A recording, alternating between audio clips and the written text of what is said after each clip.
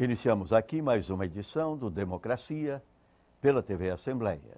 Vamos, como sempre, tratar de um tema de interesse da sociedade.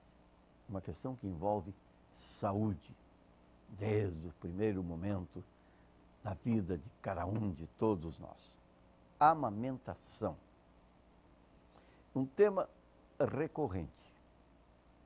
Uma abordagem una, mas que não pode ser desprezada, relegada ao descaso, ao desconhecimento, porque traz, sim, a melhor atenção à saúde da pessoa desde o nascimento.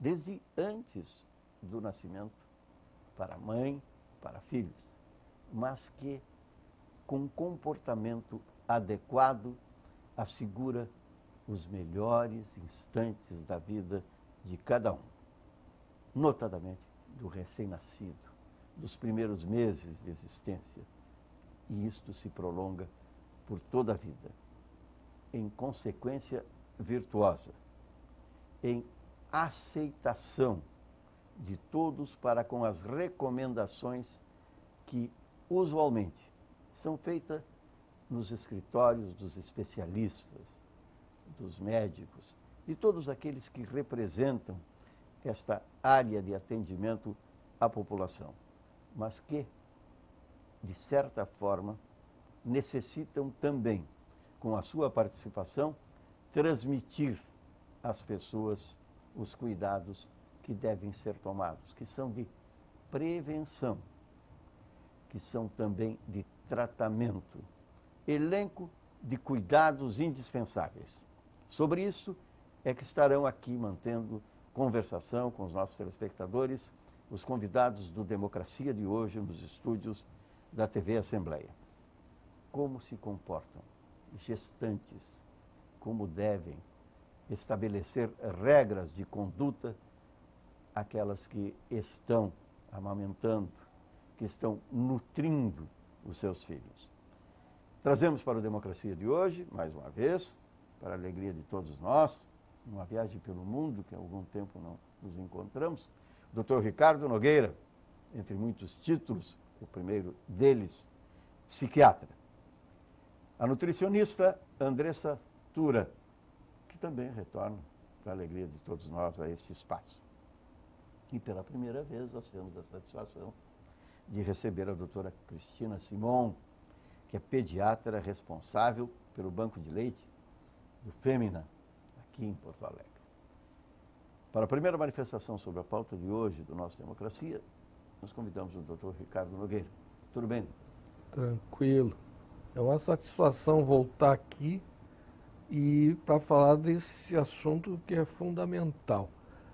Então a gente sabe que a saúde mental ela é quase que determinante nos 0 a 3 anos da criança.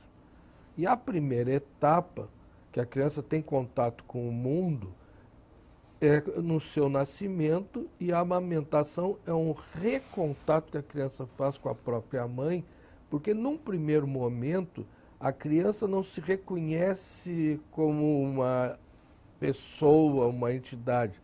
Na verdade, ela acha que ela é a mãe, porque a mãe é a voz dela, a mãe é a imagem dela, num primeiro momento, na primeira etapa inicial. Depois a Cristina pode desenvolver melhor esse tema. Mas então a mãe é o contato que ela tem com a alimentação gera uma segurança e um recontato com o cheiro, com o gosto e com o batimento da aorta abdominal da mãe, a qual ela ficou ali sendo acalentada durante 9 meses. Inclusive tem uma pesquisa muito interessante sobre as crianças, né, logo que nascem, que o pessoal gravava os batimentos da aorta abdominal das mães, né, no berçário, gravava anteriormente. E aí então quando as crianças estavam chorando muito, eles botavam a gravação, botavam várias gravações do lado do berço para a criança ouvir. E ela só se acalmava quando era a gravação dos batimentos cardíacos da sua própria mãe.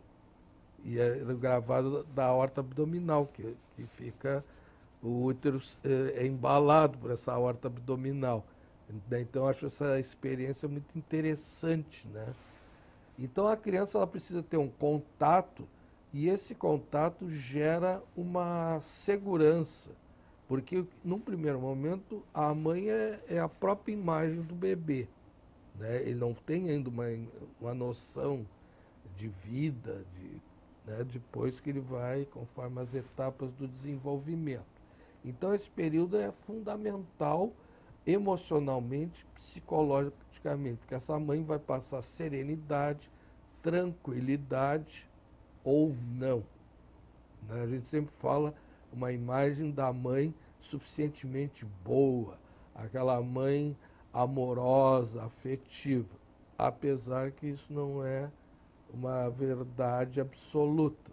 Nós também temos um outro lado, né, de mães que não são suficientemente boas, né, que não dão essa serenidade e essa segurança para o seu próprio bebê. Então, por exemplo, esse fato que a criança é acalentada durante 9 meses pelo batimento da aorta abdominal da sua mãe, se é um batimento tranquilo, ritmado, que acalenta, é uma coisa. Agora, se esse bebê ficou sendo atirado e não, né, por uma mãe que usou drogas durante 9 meses da sua gestação, então hoje nós convivemos com essa realidade, né, de mães que são usuárias de droga e que usam a droga durante toda a gestação. Aí o que ocorre? Essa droga toda passa através do cordão umbilical para a criança. É absorvida pela Absorvida pela criança. Aí quando a criança nasce, essa criança entra em síndrome de abstinência, né? Então muitas vezes nós temos que atender essas crianças. Hoje já existe um protocolo, porque a prevalência disso é considerável. Já hoje, cada vez mais, cada vez, infelizmente, aumentando, né? Então, a gente sempre tem essa ideia que a amamentação e a mãe é uma coisa muito boa, e né?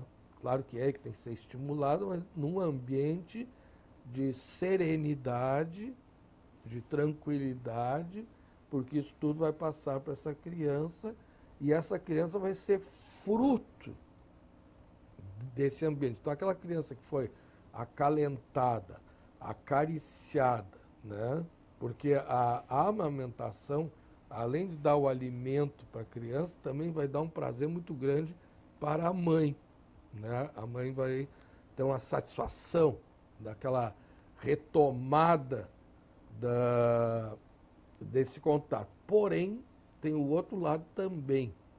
Aquelas mães que têm que amamentar de 2 em 2 horas no primeiro momento, de 3 em 3 horas, e que não dormem, que não conseguem dormir, e muitas vezes algumas mães não suportam isso, né? Então nós temos os fatos das psicoses a depressão e depressão puerperal, né, que a gente convive, né? Infelizmente a gente vive muito também, não só o lado saudável, mas também o lado patológico.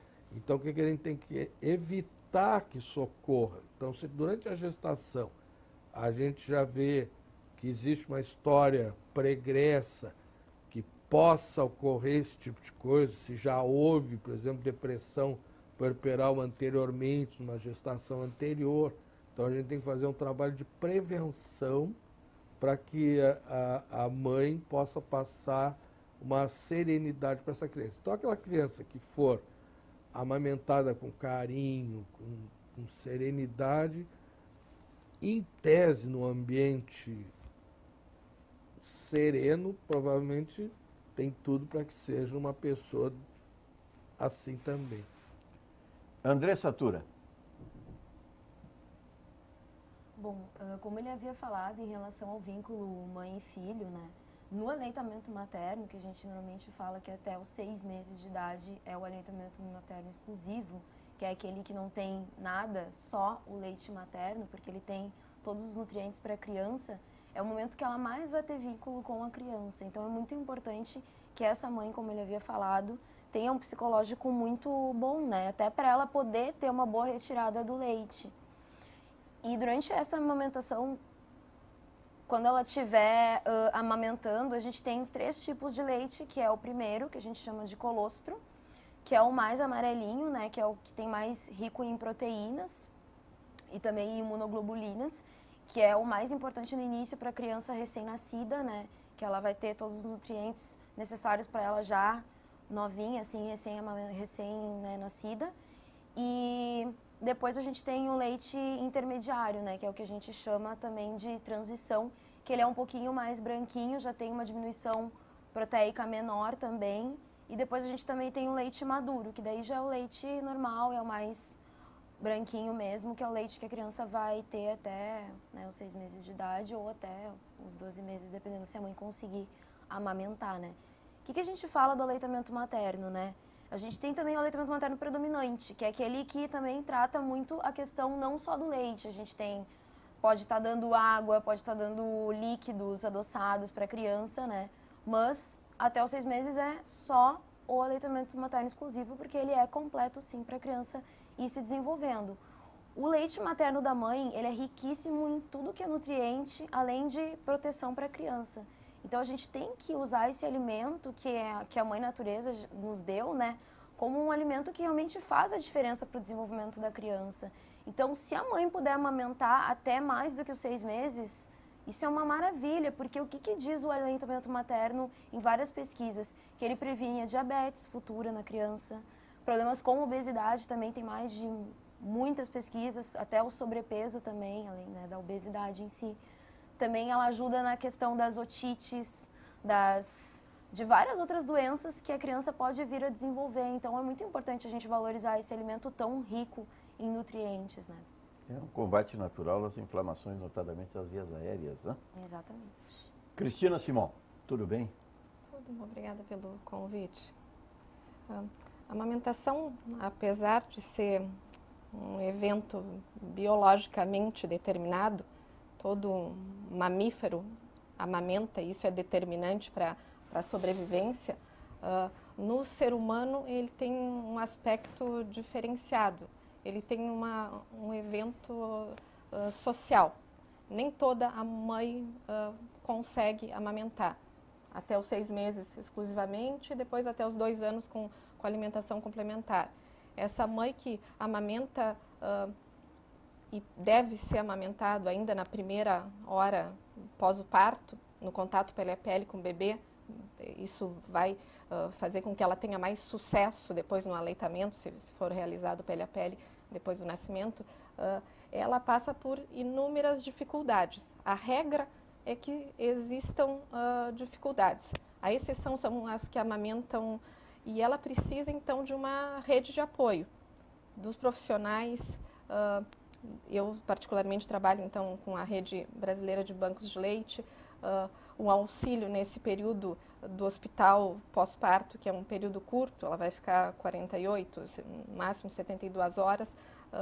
Então ela precisa do apoio familiar, apoio do companheiro, apoio da mãe.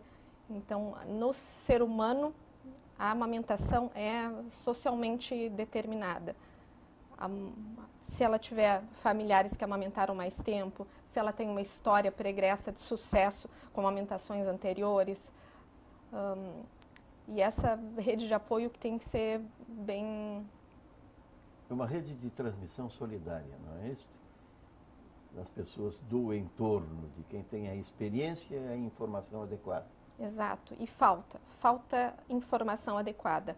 Os profissionais, apesar de bem intencionados, às vezes desencorajam as mães. A questão do leite fraco, do pouco leite, do leite insuficiente. Então, as mães, a prescrição de fórmula, desde uma sala de parto, prescrição inadequada, sem justificativa.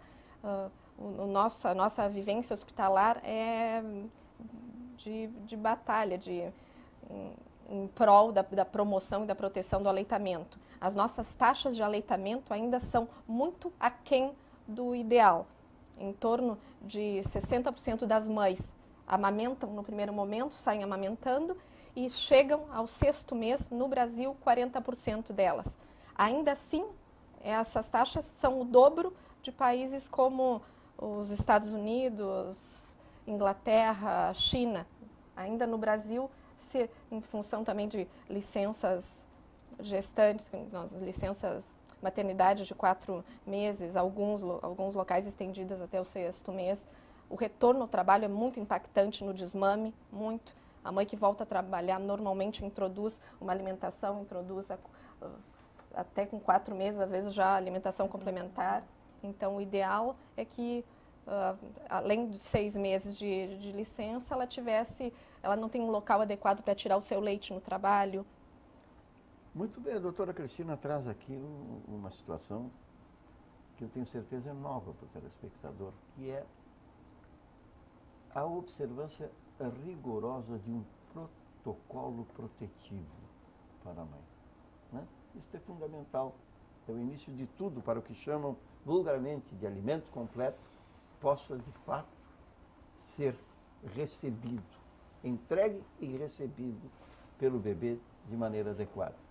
Muito boa a sua primeira exposição, exatamente por isso que traz este aspecto que é fundamental, não apenas para esta rede de assistência no primeiro momento, mas sim para que este protocolo seja observado durante todo o período da amamentação.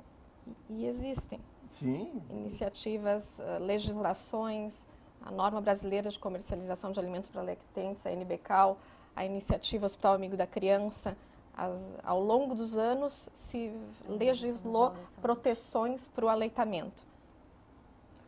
E a conversa se desenvolve entre os nossos convidados, como é do recorte deste programa, doutor Ricardo. O grande problema, assim, que eu lembro, né, eu sou formado desde 1983 lá na Universidade Federal de Pelotas, que a gente notava, assim, que havia uma pressão muito grande naquelas priscas eras da indústria alimentícia, que estimulava uma ideia, como a Cristina já falou, do leite fraco. Não, tu é muito fraquinha, então tu tem que ter deficiência vitamínica, então o teu leite não vai ter tais vitaminas. Então tem uns potinhos aqui que tu compra e até davam, acho que de amostra grátis, ou um leitezinho em pó, né? Eu gostaria que a Cristina desenvolvesse mais essa questão. Foi chamado historicamente de o desmame comerciogênico, o desmame causado pelo comércio. O padrão ouro em alimentação, tanto para o pré-termo, tanto para o bebê prematuro quanto para o bebê a termo, é o leite materno, o leite humano. Aí entra a questão do banco de leite. Esse prematuro que está lá numa UTI, que a mãe não tem como amamentar, ela não tem uma produção suficiente para o bebê não amamenta, ele recebe como apoio o leite do banco de leite, o leite de doação. Dia 19 de maio é o Dia Nacional da Doação de Leite Humano, é um dia feito para divulgação e sensibilização das mães. Elas não precisam sair de casa, elas podem estar na sua casa e o leite é buscado na sua casa e ele vai ser repassado para esses prematuros. Então, o padrão ouro é o leite humano, o leite materno. A indústria, ao fazer as fórmulas, a comparação, eles tentam chegar ao padrão. Não existe como o leite materno é um alimento vivo, um alimento com células protetoras vivas, então a indústria nunca vai conseguir, tendo como base um alimento de outra espécie, o leite de vaca, conseguir se aproximar. Eles tentam aproximar, mas é impossível. Eu lembro que a gente argumentava para as mães, olha, leite de vaca é para bezerro, né? Então a criança, ela não tem enzimas digestivas para cortar a gordura do leite de vaca. Então o leite perfeito é o da mãe. E esse leite perfeito, ele é tão perfeito que não precisa nem aquecer. Porque se tu tiver que comprar esses potinhos e preparar esses outros leites, que é rico em ferro e rico nisso, naquilo, tu vai ter que levantar para aquecer. Esse leite tu pode fornecer a qualquer hora e tal. E outra coisa, assim, acho que um argumento que pesava bastante, eu lembro, é que a gente colocava a questão da imunidade, né? E das doenças, né? Então, a questão do colostro, isso, que é aquele que antecede ao leite, aquele líquido, como tu falaste. Então, isso acho que dava, eu lembro assim que isso pesava bastante, a ideia da imunidade. Que é essa diferença do leite materno pela fórmula, né? A fórmula, o único diferencial dela em questão de macronutrientes e micronutrientes é igual. É só as imunoglobulinas que não tem. No leite materno, ele tem por completo tudo. E na fórmula não tem as imunoglobulinas. Esse é o diferencial. No ambiente de UTI, se falava em colostro, né? Se fala que o colostro é a primeira vacina do bebê. Então, mesmo um bebê grave, um bebê doente, ele pode receber aquele colostro, aquelas primeiras gotas que foi ordenhado do peito da mãe e receber isso na boca como imunoterapia. Se fala em colostro, terapia, imunoterapia oral. Ele muda o desfecho de sobrevida desse prematuro, às vezes de 600, 700 gramas, recebendo a colostroterapia, essa primeira E ele que vacina. já trabalha o trato gastrointestinal da criança, né? Para ela ter o primeiro mecônio, que a gente chama, né? Que daí já é umas fezes um pouquinho mais esverdeadas e isso mostra que a criança está com o intestino funcionando adequadamente, né? Eu me lembro, foi bom tu lembrar. Agora estou lembrando dos meus professores de pediatria lá da Federal de Pelotas, o Assi Bertoni, o Lokshin, né? O Procianoi, o Simon Halper, né? Tudo baiano, né? Só tinha baiano. Toda a imigração para Pelotas está sendo mencionada. Tudo da Bahia, meus professores baianos, todos judeus, né? E então eu lembro que a gente tinha um cursinho sobre cocô, né? Cor. Eles diziam assim, criança, você tem que aprender a ver o cocô da criança, a cor, o cheiro. Então, né, isso que tu está falando, né? O cocôzinho esverdeado representa isso, o amareladinho, o escuro, A densidade? Né, do cocô mais durinho. Né? Então, isso não é nem só para criança, nós vamos pós-graduação em cocô. Mas não é nem só para criança. Isso é muito importante, porque na nutrição funcional a gente tem uma escala que a gente apresenta para o paciente, seja ele criança ou adulto, para ver realmente que tipo de estágio que está as fezes desse paciente, para mim saber questão de fibras, questão de minerais, questão de vitaminas, para saber se ele está sendo bem alimentado, está tendo uma nutrição nutritiva.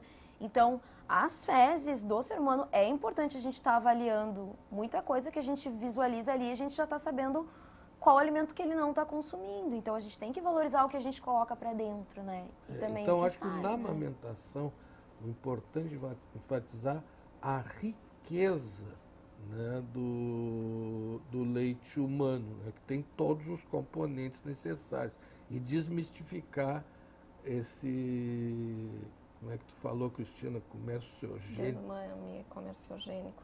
O Dr. Ricardo tem a formação dele em Pelotas. Isso. E é de Pelotas um dos maiores pesquisadores, o Dr. César Victor. Meu professor, que me ensinou a fazer receita.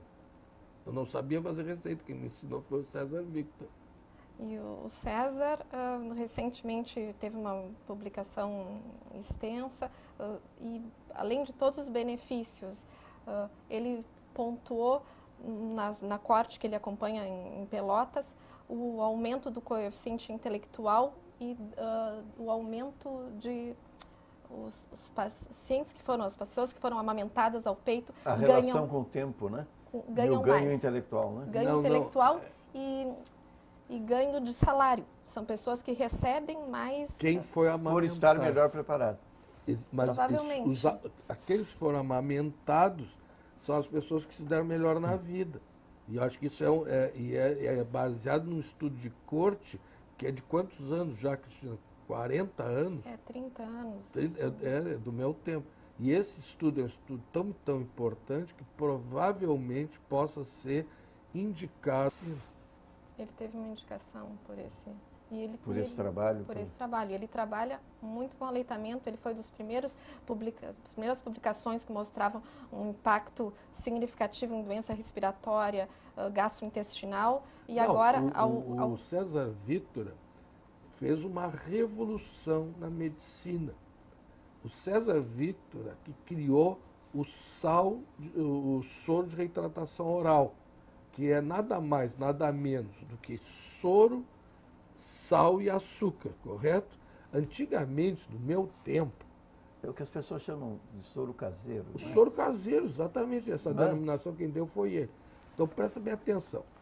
Quando eu era estudante, metade dos hospitais todos era pediatria. Era catarreira no inverno e caganeira no verão, a desidratação.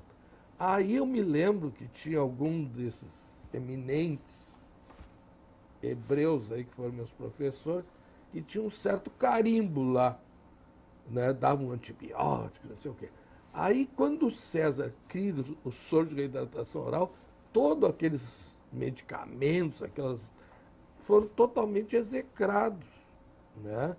E aqui eu quero fazer uma homenagem, eu sempre gosto de fazer as minhas homenagens aqui, ao Dr. Lockshin, Isaías Lockshin. Que o Dr. Isaías Lockshin sempre foi muito cuidadoso, né, com essa preocupação do aleitamento, ele sempre foi muito uma visão preventiva. E o César Vítora é quem criou esse soro caseiro, que foi uma revolução. E esse trabalho dele eu acho que é fundamental, né, de mostrar e divulgar que a criança que foi amamentada tem os melhores empregos, melhores... Né, isso é fundamental. Né? É o custo-benefício. Né? Custo baixo. Bota benefício. Um custo baixo, porque é a amamentação natural, e um benefício muito grande pelos resultados durante toda a vida. Nós vamos terminar aqui o primeiro bloco de Democracia pela TV Assembleia, quando estamos falando sobre a amamentação. Especialmente, falaremos no segundo momento sobre o dia da amamentação, 19 de maio, programação específica para que as pessoas estejam atentas, prestem atenção naquilo que é fundamental e tão natural, esse natural tão simples.